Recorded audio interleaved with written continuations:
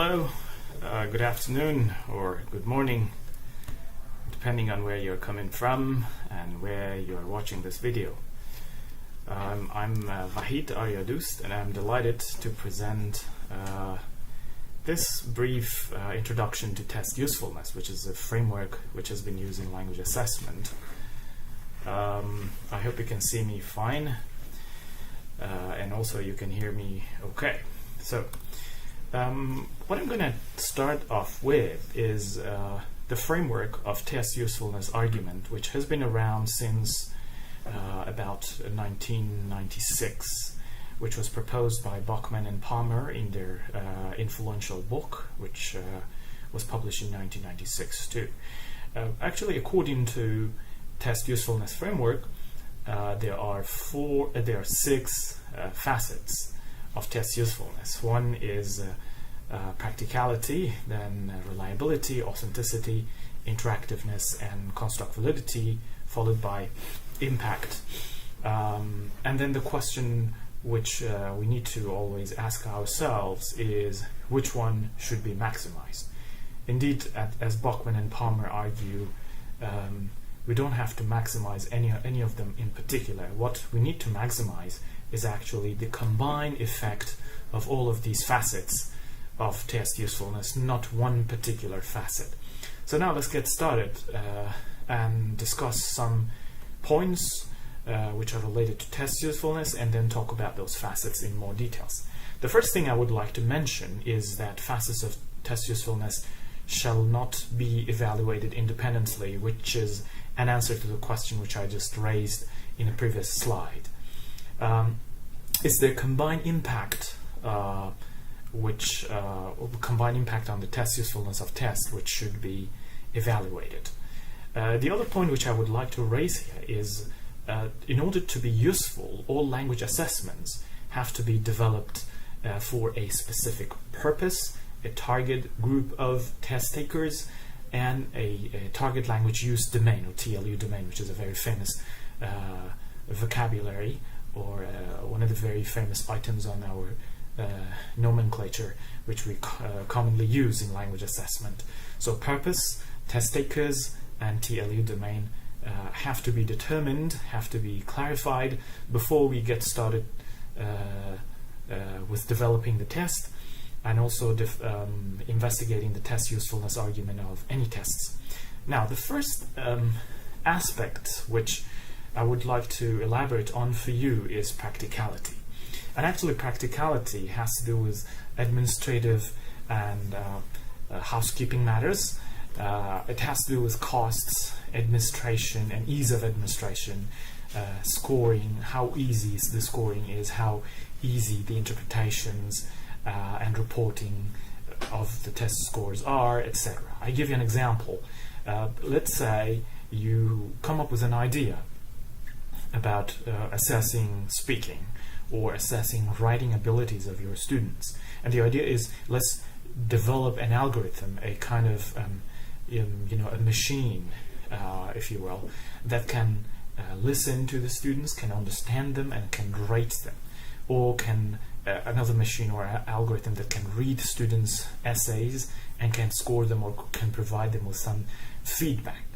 Now, this is, of course, a very brilliant idea, but the first thing that we need to talk about and think about is, do we have enough money really to do that? Or do we have enough personnel? Do we have anyone who is familiar with, for example, algorithm development? And do we have enough budget to hire such people? So practicality is a question, or is like a fraction of available resources over required resources. If this relationship gives you like an index greater than 1 or equal to 1, so the idea would be practical because you have enough human resources, you have enough material resources, you have enough time to develop it. On the other hand, if it's below 1, if the practicality index is below 1, or less than 1, then the idea might not be really very practical, and what you're supposed to do is perhaps to think about a different idea, or maybe scale it down. Now, the other idea or facet under test usefulness is test reliability, and it has been defined in different ways. The one that I have picked here for you is actually the degree to which an assessment tool produces stable and consistent measures. So it has to do with consistency, and it has to do with stability and precision. Now, in some books in language assessment, they argue that there are two ways of defining reliability. Of course, one is the very well-known psychometric approach to it, where we were talking about the error of measurement and consistency of scores over time, for example, or across different test forms, and the application or the adoption of a uniform scoring rubric or uniform evaluation rubric. On the other hand, some scholars also argue that there is also a non-psychometric way to ascertain that reliability can be improved. And one non-psychometric way is by defining, it would be through defining clear and unambiguous test items, through providing an unambiguous direction for scoring and evaluation. This will help us to make sure that, for example, raters understand the rubrics clearly, and also the students who are taking the test are also able to understand the test items the way we would expect them to understand the test items. So that actually improves the consistency of how students approach the test items. There are a range of reliability statistics, student-related, rater-related, item-related, and you can also define other facets. Conventional classical test theory typically gives you test reliability. Of course, if you transpose your metrics, if you are familiar with the idea of estimating reliability, if you transpose the metrics, you can also get student reliability statistics, but it's hardly estimated, in the available literature. The other thing, I'm just going to move a little bit around because I think there's a lot of background lights there, which might make it difficult for you to follow. Okay, so new approaches like IRT, or item response theory, or rush measurement, to be more specific, a model like, for example, many facets rush measurement can help you estimate different aspects of reliability, like rate of reliability, item reliability at the same time. I'm not going to go through that, but the key terms, if you're interested, to search for would be many facets rush measurement and item response theory. Now, the other concepts which I'm going to discuss here would be construct validity, authenticity, and interactiveness. As this schematic representation indicates, there is an interconnection or interrelationship between the three concepts, but they are still separate enough or discrete enough to be known as separate or independent facets of test usefulness. I should also add a note here that unfortunately in newer approaches to test validation, authenticity and interactiveness, their role has been played down, and we do not hear that much about these two concepts. A lot of things is revolving around the concept of validity. However, I still find that these two concepts, that's authenticity and interactiveness, very useful. So let's get started with authenticity, and I would say this is a very good representation of authenticity. On the one hand, we have got this rubber duckling, and on the other hand, we have got a real one. And you see, both of them have got beaks, both of them have got eyes, head, a body, etc. They resemble each other in many aspects. However, we know that they have very specific differences. And the most important difference here is the fact that the one on the right-hand side is a real one, a real duckling, but the other one on the left-hand side is not really a real one. So I would sometimes, mention in my classes that tests are pretty much like this. The one which is not real. And the real-life situations in the TLU domain are like this. Our attempts and efforts as test developers and validators is to make these two as similar as possible. Of course, achieving 100% authenticity, in my opinion, might not be really possible, because assessment always has got some limitations. Now, what is authenticity? I'm going to provide a definition based on Bachman and Palmer 1996, then I'm going to extend it a little bit. Based on the definition provided, authenticity has to do with the correspondence between these two oval shapes on the left-hand side and on the right-hand side. On the left-hand side, we have got the characteristics of the TLU tasks, and on the right-hand side, we've got the characteristics of test tasks. So if there is a good correspondence between the tasks on your test and the tasks that are out there in the TLU domain, then you have got authenticity. Now, in other resources, for example, Douglas has written quite a little bit on the assessment of English for specific purposes or academic purposes. He actually mentions that authenticity has got two types. In other books, you can also find the same concept, like Gary Buck's book on assess and listening. One is a situational authenticity, which is the concept which I just defined. So in order to estimate or investigate situational authenticity, you need to have a good idea about the characteristics of the target language use domain on the one hand, and then try to develop tasks which resemble whatever is happening in the target language use domain or TLU domain. So these two elements are important, and the correspondence and resemblance actually makes what we call situational authenticity, or just authenticity. Now, there is another kind of authenticity which is not explicitly discussed in Bachman and Palmer, and that's interactional authenticity. In fact, interactional authenticity is very close, or perhaps maybe, in my opinion, the same as what we call interactiveness, which I'm going to discuss in a minute. So it's basically, again, a correspondence between the oval shape on the left-hand side and the right-hand side.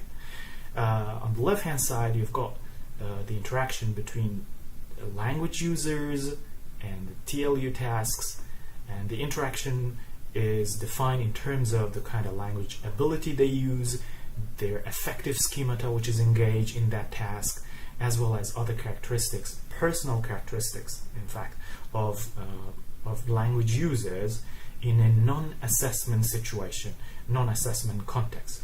On the other hand, therefore, the test, in order to have interactional authenticity, should also resemble the interaction that is happening in the TLU domain.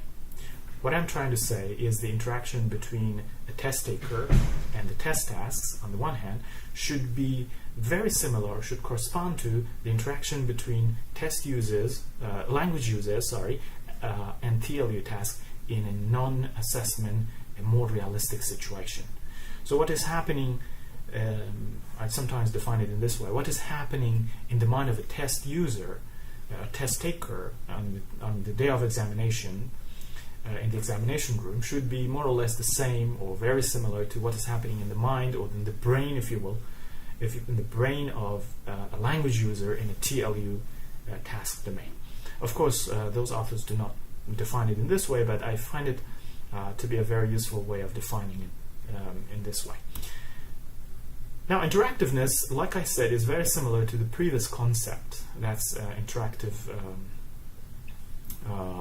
authenticity. Interactiveness has to do with the involvement of learners' characteristics in taking the test. In other words, is our test able to involve students at these three levels which you see in this diagram from Bachman and Palmer? And can it engage their affective schemata? Could it engage their language ability in terms of their knowledge, metacognition, cognition, etc.? And can the test engage their topical knowledge as well? And again, we in defining what these three characteristics are, we always need to remember the TLU domain. what kind of language ability is used in the TLE domain for performing or accomplishing that particular task that we're testing. So always our anchor point is our TLE domain. And here is a representation that was provided by Bachman and Palmer, the relationship between interactiveness, authenticity, and construct validity. Now, I haven't discussed construct validity yet, but I will in a minute. But it's a very interesting diagram because, as you see right at the bottom, interactiveness has been defined in terms of the correspondence between language ability and characteristics of the test task, as mentioned before. And authenticity is actually the correspondence between domain of generalization, that's the TLE domain, and characteristics of the test task. And construct validity has to do with inferences about language ability and language ability itself. Right. Now I'm going to move on and provide two examples before I start to talk about. Sorry, I need to put on my glasses here so I have to see better. Yeah, I'm going to discuss two examples here to give you a better idea of what we mean by authenticity and also interactiveness. Suppose that we're developing a test in order to find efficient typists. We have a group of typists who are applying to get a job, and then as a test developer, our responsibility is to develop a test that can differentiate between efficient typists and others. So here is a scenario. If a test can determine that some typists can really type letters quite fast and efficiently, which is what we need, but does not engage them in discourse processing, in processing the passage in the way that someone is engaged in, for example, reading comprehension tasks. This particular test, or this particular task that we have developed, has got low interactiveness because typists do not really have to know the language. As long as they can just type fast, that's fine. But it has high authenticity. Why does it have high authenticity? Because we need a typist who can type efficiently, and that's the entire task we need. So the test is exactly the same thing that we're giving them. However, interactiveness is low because language ability may be schema, affective schemata, etc. And of course, topical knowledge is not that much active or is not engaged as much as their ability to type. Now, in this context, this balance, or lack of balance, if you will, is pretty good perhaps for our assessment. We don't need that much interactiveness. If the aim is only and only to ask someone to just type this out, if no interaction will be going on between us and the typist, which is really very hard to imagine. But it's good because it's highly authentic, and therefore the test that we have developed is probably suitable from these two perspectives. Now, a different scenario is, well, we develop a test, maybe because we don't know the construct of type or typing. We develop a test that can determine whether a typist can speak fluently and engage in daily conversations about daily life matters like food, like transportation, like other things. But the test still cannot find out whether she can type fast. It engages the typist in interactions, therefore it has got high interactiveness. But it does not engage them in typing, which is the actual skill that we demand from the typist. But as a result, therefore it has got low authenticity. In this context, probably this is not what we want to happen. The previous context, example one, is probably what we want to happen.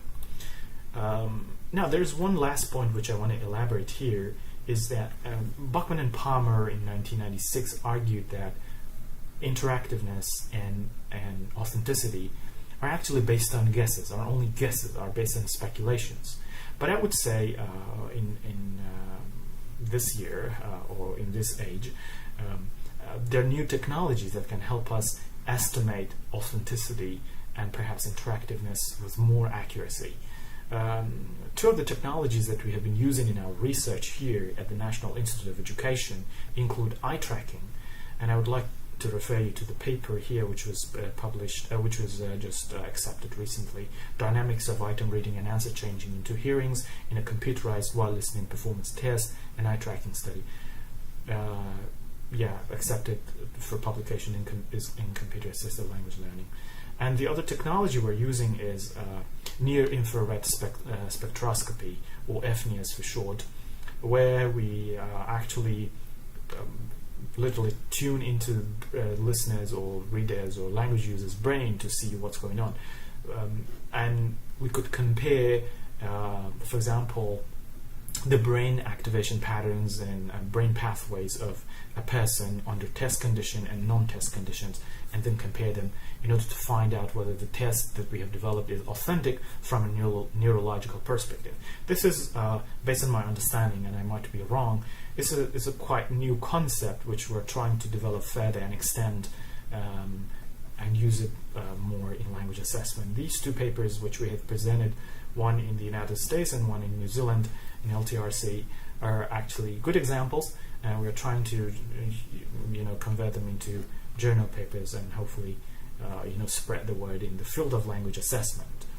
Now, in summary, in order to estimate authenticity and interactiveness, we need to define three characteristics. Characteristics of test takers, who they are, how old they are, what they are doing, what they are expected to do, what their topical knowledge is, etc., language knowledge is, and then characteristics of tasks in the TLU, there's a typo there, TLU domain, and then characteristics of assessment tasks also need to be defined. Now, validity is a very broad concept. In fact, in the test usefulness framework, we're talking about construct validity, but for this presentation I decided to talk about validity in general because validity is a broad concept, and it would be a pity if we do not really talk about all dimensions and a little bit of history of validity in this presentation. So validity in the first place has been defined in different ways. This is a good definition which I got from Grunland, who defines it as the extent to which inferences made from assessment results are appropriate, are meaningful, and useful in terms of the purposes of the assessment. Validity has been defined throughout years in different ways. I think the very famous celebrity in the field of validity is Samuel Messick.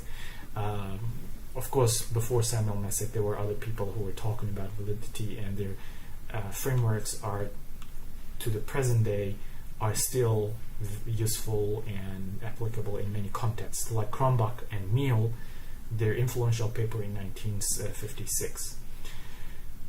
Well, Cronbach and Meal said, look, validity can be broken down into a few facets or a few types of validity. One is content-related validity, which is whether the test samples the subject matter properly. The criterion-related validity is like, if you develop a test, does it have any correlations with a similar test which measures the same thing for the same group of people? And also the correlation between test and future behaviors. That's whether there's any correspondence between what students can achieve on tests and what they can really do in the real TLU domain. So the first one, test kind of correlation, has also been known as criterion-related validity, and the other, concurrent test validity, because you almost concurrently give two tests to the test takers and then correlate the results.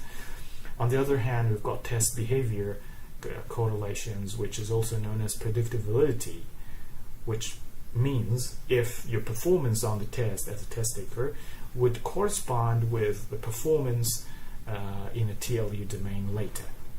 If there's a good correspondence, then we would say that predictive validity is supported there. Now, there is construct-related evidence for validity, which has been traditionally defined as whether the assessment you have developed taps into or engages the construct it is supposed to engage. We will talk about it more in a second. And finally, consequential validity, which has to do with consequences or the impact of the test. So it has to do with the impact of the assessment on test preparation, it has to do with social consequences of using the test scores, etc. Some scholars are talking about two levels of impact or consequential validity, and that's one is macro validity or macro level validity, and the other one is micro level. Macro level, as you see, has to do with really society, with the schooling system, with a broader concept, whereas micro level is a smaller context, which some scholars refer to as washback. Of course, not everyone might agree with how washback has been defined here. But anyway, micro level has to do with the effect of the test on a smaller context, which would be individuals, classrooms, even family, how they're affected. Sometimes I give this example. In Singapore, there are a lot of tuition centers, because assessment is a very important thing here, and I'm sure it's important in other parts of the world as well.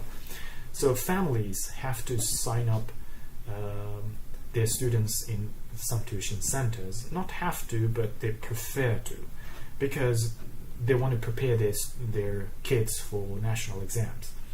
And that's a kind of washback of the test, because families have to spend money really, and it immediately has an impact on the income of the family, because tuitions, especially some tuition centers, are not that cheap. And if a family doesn't have a very high amount of income, then they're encountering an issue here. Not only that, but also how the test and its structure affects teaching at schools. If you go to a school and you see everything that the teacher is actually teaching is revolving around the structure of the test and is all about test preparation, then that's a negative washback, because students are taught to the test, and other skills which are also important, which might not be covered really by the test, are just completely ignored in the class, and that's a negative washback, where whatever the students are taught is extremely narrow and restricted. There are other approaches to validity, just two of which are the multi-trait, multi-method metrics of validation by Campbell and Fisk. It's actually a correlation matrix plus reliability on the diagonal line, and argument-based validity by Michael King. I also wrote a book in 2013, which is available. It's also about the argument-based validity of tests in language assessment, and specifically in listening assessment. Of course, other scholars have written about it, like Professor Chappell, Professor Bachman, and Professor Palmer. They've also written about argument-based validity, but they have got their own versions of Michael King's validity argument. But if you would like to read about this framework, I would also recommend that you also read Danny Borsboom's critiques of the framework. It's very interesting. Just Google Danny Borsboom and validity. You will get quite a few very interesting commentaries on the concept of argument-based validity. Now, finally, construct validity, which was, as mentioned before, another facet of test usefulness, is something that I would like to discuss. First, construct. What is construct? The construct is a specific definition of an ability or an attribute that provides the basis for a given task or test for interpreting scores derived from it. Now, construct validity is whether the test measures that construct. To put it in a very simple way. Now, 2 points or two different definitions of construct validity here. One is the concept has been defined as the extent to which we can confidently interpret the test scores as an indicator of language abilities. So we have a test score here, and we've got some sort of language ability here. Does this test score represent this language ability? And if so, how confidently can we say, yes, it represents that language ability? So construct validity has to do with test scores, has to do with how we use and how we interpret test scores. Two important things: uses and interpretations of test scores from this perspective. Construct validity also has to do with the TLU domain to which score interpretations are generalized. So it's not just something restricted to the test scores, but we have to interpret it within a broader domain, that's TLU domain. So then we get the idea of generalization or generalizability of those interpretations of the test scores. And then of course we have got a concept here, predictive validity, which is just mentioned, which becomes one dimension or one facet of construct validity from this perspective. Now, for more information, I would recommend that you take a look at Samuel Messick's seminal book chapter published in 1989. He has delved into construct validity, and he has provided a lot of very useful information about it. He has also published a paper in language testing, the journal Language Testing, in 1996, which is very useful as well. Okay, and finally, impact, which I have just touched on. Impact of the uses and interpretations of the test scores on stakeholders. Stakeholders are, of course, the test taker himself or herself, their family, their school, the society, and the community where they live in. Impact, as I mentioned, has got two levels, macro and micro. As I again mentioned, macro has to do with society and schooling systems. Micro has to do with individuals, classrooms, and perhaps the family. And now washback is the effect of assessment on educational system and teaching from this perspective. So this definition is more specific, and it actually puts the focus on the educational system and teaching, not just individual and their family, etc. Well, impact on individuals are important, such as, like I said, the amount of money that they have to spend on tuition, etc. Now, the other thing which actually brings me to the end of this presentation is that test usefulness. There are three important principles in interpreting or in investigating test usefulness of assessments. The first one is overall usefulness rather than individual facets should be considered in analyzing test usefulness or in estimating test usefulness. The other thing is the combined effect of each of the facets on test usefulness should be considered. And finally, the balance between the facets is context dependent. Example, like the example of typists which I provided, which is also from Bachman and Palmer. Well, basically you can go to the same book and find other very relevant and very useful examples. And the other thing is just something to add on before I close the presentation. You can tabulate those facets if you are investigating the test usefulness argument of an assessment. You can tabulate them in this way.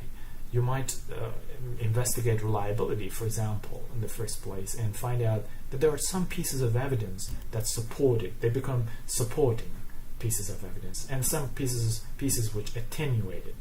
So then they become attenuating pieces of evidence. Then you can later count how many supports and how many attenuating pieces of evidence are there, and then decide whether your test usefulness is supported. Unfortunately, there is no very clear definition of, in the end, how do we really decide whether the test usefulness is optimal or acceptable or not. Then we have to innovate, and this is a very basic idea which some scholars like Chappell have used in their previous work in validity arguments, actually, not really in test usefulness, but I found it is applicable and useful here. So thank you very much for your attention, and this brings me to the end of this presentation. Have a good day. Goodbye.